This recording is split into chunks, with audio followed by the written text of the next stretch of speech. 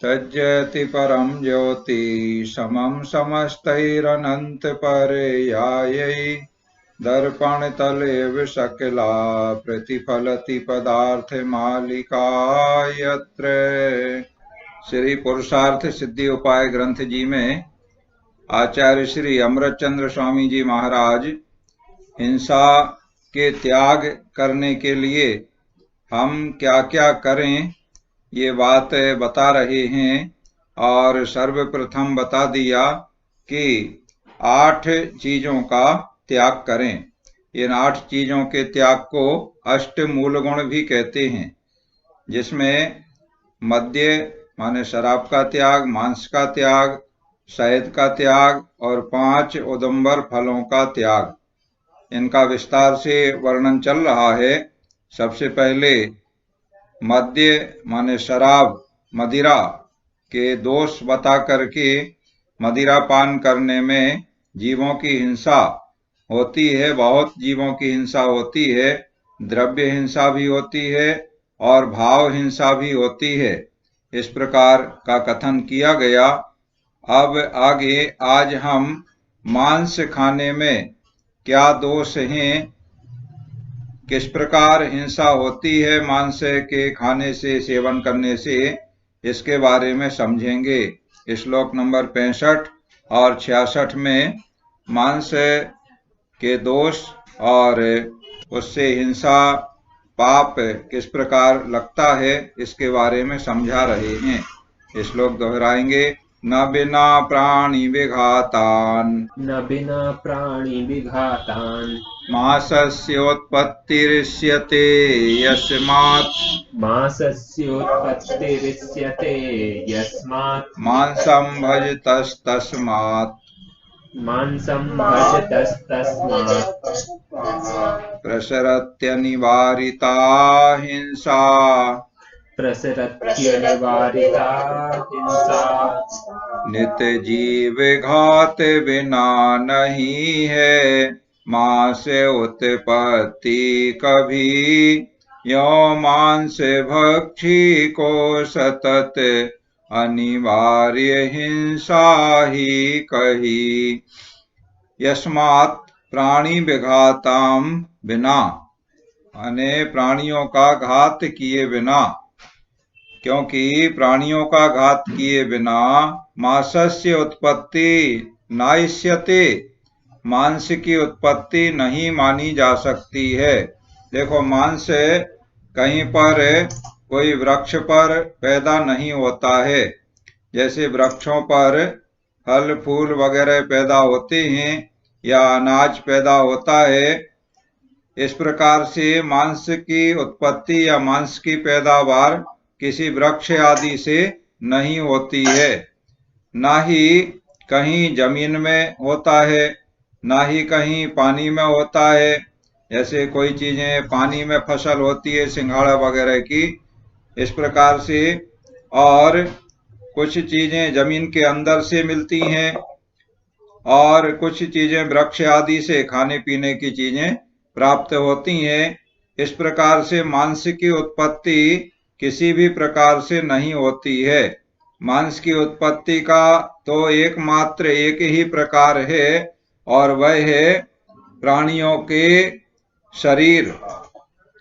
तो बिना प्राणियों का घात किए मांस की उत्पत्ति नहीं मानी जा सकती है।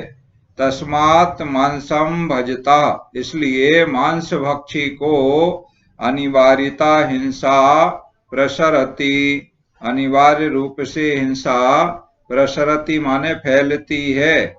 फैलती है माने विस्तार को प्राप्त होती है। जो मांस का भक्षण करते हैं उनकी हिंसा बहुत ज्यादा फैलती है माने बढ़ती है, विस्तार को प्राप्त होती है। जो मांस भक्षी नहीं है उनके लिए भी अल्प हिंसा होती है, लेकिन जो मांस भक्षी हैं उनके लिए बहुत फैलती है माने बहुत ज्यादा हिंसा, उनके लिए हिंसा का पाप होता है। इस प्रकार इसमें बताया गया है कि पहली बात, मांस कैसे उत्पन्न होता है, तो प्राणियों का घात करने से, यानी प्राणियों को मारने से बिना प्राणियों को मारे मांस की उत्पत्ति नहीं होती है। इसलिए प्राणियों को मारना वही तो हिंसा है। तो प्राणियों को मारा, मांस उससे उत्पन्न हुआ। जो भी मांस भक्षी हैं, कोई अंडे खाते हैं, कोई मछली खाते हैं, कोई मुर्गा मुर्गी खाते हैं, कोई बकरा बकरी खाते हैं, कोई अन्य अन्य और जीवों को, पशु आदि को खाते हैं, तो बिना उनकी हिंसा किए मांस की प्राप्ति नहीं हो सकती है। इसलिए जो मांस भक्षण करते हैं उनके हिंसा का बहुत पाप लगता है, बहुत हिंसा फैलती है। इस प्रकार से श्लोक नंबर 65 में मांस के दोष, मांस आहार करने में हिंसा होना बताया गया है। कुछ लोग अंडे को शाकाहारी मानते हैं या मुर्गी वगैरह की खेती करना कहते हैं। तो इस प्रकार से ये बात मांसाहार से वो बच जाएंगे, इस प्रकार का संभव नहीं है।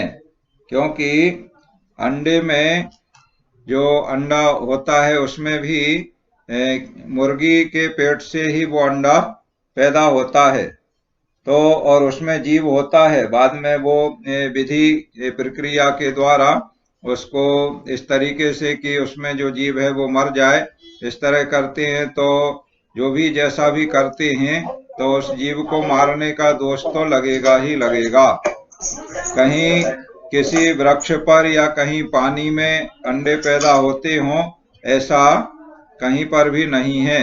जमीन में होते हों, जमीन के अंदर से खोद के निकलते हों, इस प्रकार की व्यवस्था नहीं है। कोई ना कोई जीवन जीव से ही वो पैदा होते हैं। और जो चीज बढ़ती है, वृद्धि आदि को प्राप्त होती है, उसमें जीवन होता है, तभी उसमें वृद्धि होती है। बिना जीवन के, माने बिना प्राणों के किसी भी चीज में वृद्धि आदि नहीं होती है। जैसे जो वृक्ष वगैरह हैं बढ़ते हैं तो इनमें भी जीवन होता है। पहले जैन धर्म तो अनादिकाल से कहता आ रहा है कि वृक्ष आदि पृथ्वी, जल, अग्नि, वायु, वनस्पति, वनस्पति में वृक्ष वगैरह सब आ जाएंगे, तो इन सब में जीव होता है। ऐसा जैन धर्म, जैन आगम अनादिकाल से कहता रहा है। भगवान ऋषभदेव के समय से, जब से वर्तमान युग की अपेक्षा से जैन धर्म का प्रारंभ हुआ, तब से निरंतर ये बात हमारे तीर्थंकरों के द्वारा, अन्य अन्य आचार्यों के द्वारा आगम से चली आ रही है। लेकिन लोक में, जगत में इस बात को स्वीकार नहीं किया जाता था कि पृथ्वी, जल, अग्नि, वायु, वनस्पति, इनमें भी जीवन होता है। बाद में वैज्ञानिक के द्वारा जब ये बात प्रयोग करके सिद्ध की गई, तो अब वनस्पति में, माने पेड़ पौधों में जीवन होता है, ऐसा वैज्ञानिक और सर्व जगत के लोग भी मानने लगे हैं। अभी पृथ्वी, जल, अग्नि और वायु, इनमें जीवन नहीं मानते हैं लोग। लेकिन कालांतर में कोई इस बात को वैज्ञानिक प्रयोग करके सिद्ध करेगा। ऐसे तो स्वयं सिद्ध है, जो पृथ्वी, जो खदान वगैरह में पत्थर या अन्य अन्य चीजें होती हैं, ये उसमें वृद्धि को प्राप्त होती हैं। पर्वत भी जो ऊंचे ऊंचे हैं, इनमें भी धीरे धीरे वृद्धि होती है। तो ये सारी चीजें वृद्धि को जो प्राप्त होती हैं, तो इनमें जीवन है, इसीलिए वृद्धि को प्राप्त होती हैं। अगर इनमें जीवन नहीं होता तो ये वृद्धि को प्राप्त भी नहीं होती। इसी प्रकार से जल, इसी प्रकार अग्नि और इसी प्रकार से वायु, तो इन सभी में जीवन होता है। लेकिन ये जो एकेंद्रिय हैं, स्थावर जीव कहलाते हैं। पृथ्वी, जल, अग्नि, वायु और वनस्पति का एक जीव हैं। इनसे मांस की उत्पत्ति नहीं होती है। मांस की उत्पत्ति जो होती है वह 2 इंद्रिय से 5 इंद्रिय तक के जीवों के शरीर से मांस की उत्पत्ति होती है। माने 2 इंद्रिय से 5 इंद्रिय के जो जीव हैं, जैसे 2 इंद्रिय लट वगैरह होते हैं या 3 इंद्रिय चींटी वगैरह होते हैं, तो इनका शरीर भी मृत, कलेवर भी भोजन वगैरह में रहता है। तो मुनिराज या अन्य त्यागी व्रती जो होते हैं, चारित्र के संयम के धारी होते हैं, वो अपने आहार में अंतराय मान लेते हैं, क्योंकि उनका जो शरीर है मृत कलेवर है वह भी मांस की श्रेणी में आता है। तो उनके आहार में, भोजन में, पानी में, दूध में, किसी भी चीज में इस प्रकार से मृत कलेवर, 2 इंद्रिय 3 इंद्रिय आदि जीव का भी दिख जाता है तो उसे वह दोष का कारण मानते हैं और फिर अपना आहार त्याग देते हैं। अंतराय मान करके उस दिन फिर आहार ग्रहण नहीं करते हैं। जितना कर लिया उसके बाद कुछ भी, पानी भी नहीं पीते हैं। अंतराय आने के बाद पानी भी पीने का निषेध है। भोजन भी नहीं करते हैं, पानी भी नहीं पीते हैं। इस प्रकार से पूरी तरह से वह मांसाहार का त्याग करते हैं और अपने विधि और नियम का पालन करते हैं। तो यहाँ हमने ये समझ लिया है कि बिना प्राणियों का घात किए बिना मांस की उत्पत्ति नहीं हो सकती है। इसलिए जो मांस भक्षण करते हैं उनके हिंसा अनिवार्य रूप से होती है। श्लोक फिर से पढ़ते हैं। न बिना प्राणि विघातान् मांसस्योत्पत्तिरिष्यते यस्मात् मांसं भजतस्तस्मात् प्रसरत्यनिवारिता हिंसा। अब देखो, जिस प्रकार से अभी वर्तमान में भी बहुत सारे लोग हैं जो कई प्रकार के तर्क वितर्क करते हैं, ऐसे आचार्य अमृत चंद्र स्वामी जी के समय में भी इस प्रकार के व्यक्ति रहे होंगे और ये वर्णन सुनने के बाद किसी ने ये तर्क किया होगा कि आपने कहा कि 2 इंद्रिय आदि प्राणियों का घात किए बिना मांस की उत्पत्ति नहीं होती है, मतलब जीव को कोई मारे तो मांस की उत्पत्ति हो और फिर वो मांस उसने खाया तो जीव को मारने का, उसको हिंसा का पाप लगा। तो किसी ने प्रश्न यहाँ पर क्या किया, ऐसा कुतर्क किया कि कोई जीव अपने आप मर गया, कोई बैल, गाय, बकरा, मुर्गा, मुर्गी, कोई भी जीव है या मछली वगैरह है, जो भी जिसको भी खाते हैं मांसाहारी लोग, तो कोई जीव अपने आप मर गया, हमने नहीं मारा, अपनी आयु से मर गया, तो उसका मांस खा लें हम तब तो हिंसा नहीं लगेगी? ऐसा प्रश्न किया, क्योंकि आप कह रहे हैं कि मांस की उत्पत्ति जीव को मारे के बिना नहीं हो सकती है, तो मारने में हिंसा का पाप लगा। तो अगर कोई जीव अपने आप से मर गया तो उसका अगर हम शरीर, उसका मांस अगर हम खा लें तो फिर हमें हिंसा नहीं लगेगी? ऐसा कोई ने प्रश्न किया। तो उसका समाधान श्लोक नंबर 66 में आचार्य श्री कर रहे हैं कि अपने से मरे हुए जो प्राणी हैं, जीव हैं, शरीर हैं उनको भक्षण करने में भी हिंसा होती है। किस प्रकार हिंसा होती है समझिए, दोहराएंगे श्लोक। यद्यपि किल भवति मांसम, यद्यपि किल भवति मांसं स्वयमेव मृतस्य महिषवृषे भादे, स्वयमेव मृतस्य महिषवृषभादे तत्रापि भवति हिंसा, तत्रापि भवति हिंसा, तदाश्रित निगोत निर्मथनात्, तदाश्रित निगोत निर्मथनात्, स्वयमेव मृत भैंसा बलद आदि का मांस भी सदा ही, स्व आश्रयी सम्मूर्छनों के मथन से हिंसामयी। यद्यपि किल, यद्यपि यह सत्य है, क्या सत्य है, कि स्वयमेव मृतस्य महिषवृषभादे मांसम भवति, अपने आप ही मरे हुए महिष माने भैंस और वृषभ माने बैल, भैंस बैल, यहाँ 2 जानवरों के, 2 जीवों के, प्राणियों के नाम ले दिए, और आदि महिष वृषभादे, महिष वृषभ आदे, आदि, आदि में अन्य सारे जीव जो जो भी कोई मांस भक्षण करने वाले जिन जीवों को कलेवर खाते हैं, तो वो सारे जीव यहाँ पर समझ लेना। तो ये अपने आप से मरे हुए भैंस बैल आदि का मांस होता है, ये बात सही है कि अपने से गाय मर गई, अपने से भैंस मर गई, अपने से बैल मर गया, तो उसके शरीर जो होता है वो उससे भी मांस प्राप्त होता है, परंतु आपने उसे नहीं मारा, सो आप ये सोचो कि हमें हिंसा का पाप नहीं लगेगा। तो यहाँ आचार्य महाराज कह रहे हैं कि ऐसा नहीं है कि आपको पाप नहीं लगेगा। ये बात ठीक है कि आपने उस भैंस के लिए या बैल के लिए या अन्य जो भी पशु है, जीव है, उसके लिए आपने नहीं मारा है, सो उसकी हिंसा करने का पाप आपको नहीं लगा। ये बात ठीक है, मान लिया। लेकिन आप उस मरे हुए जानवर का भी मांस भक्षण अगर कर रहे हैं तो वहां पर भी हिंसा होती है। किस प्रकार हिंसा होती है? तदाश्रित निगोत निर्मथनात्, उसके आश्रय रहने वाले उसी जाति के निगोद जीवों के मथन से हिंसा होती है।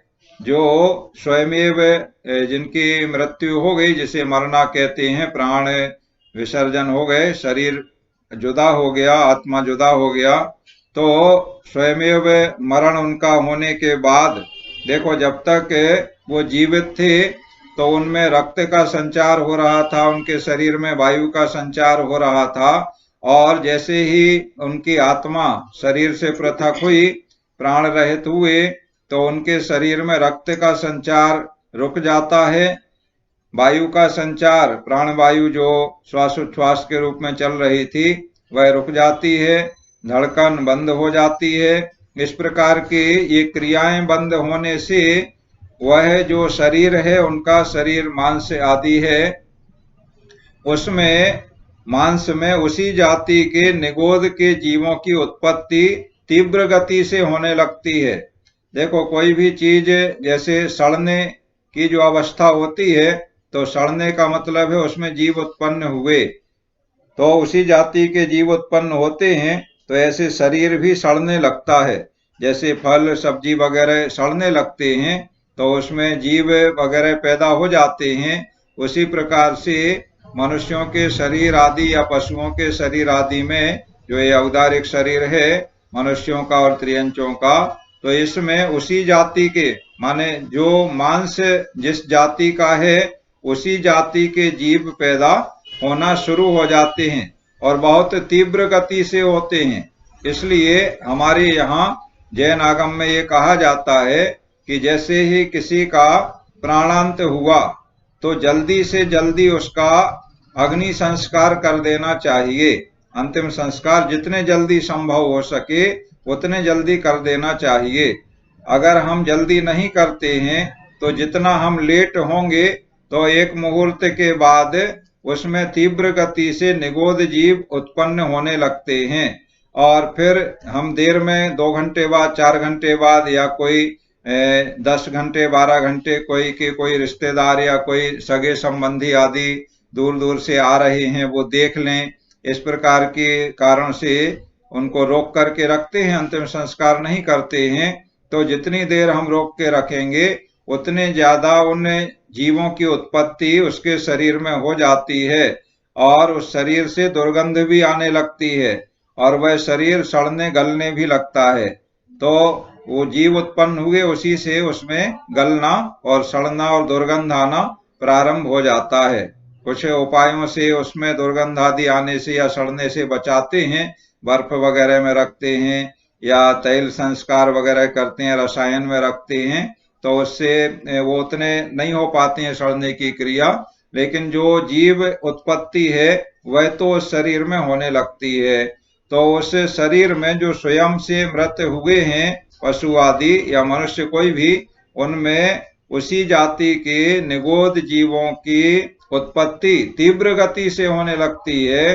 तो जो उनके मांस को खाता है तो उन निगोद जीवों के हिंसा करने का पाप उसे लगता है।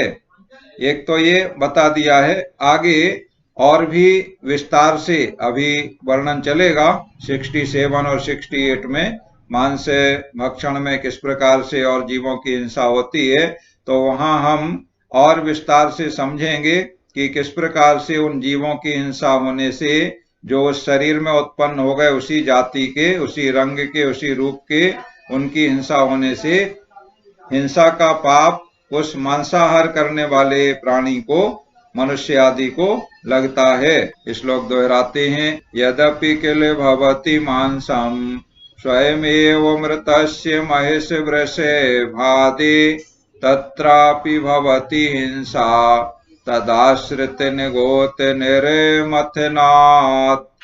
इस प्रकार श्लोक नंबर 65 और 66 में आज आपने मांस भक्षण, किसी जीव को मार करके उसका मांस खाने में हिंसा होती है, और स्वयं से अपनी आप ही मरे हुए कोई जीव हैं उनका भी शरीर मांस खाने में उसके आश्रित रहने वाले निगोत जीवों की हिंसा मथन होने से हिंसा पाप लगता है। ये बात आपने आज समझ ली है। अब श्रद्धा आपको सुनाना है, आप सुना दें, और फिर अपने प्रश्न जिज्ञासा आदि आप पूछ लें।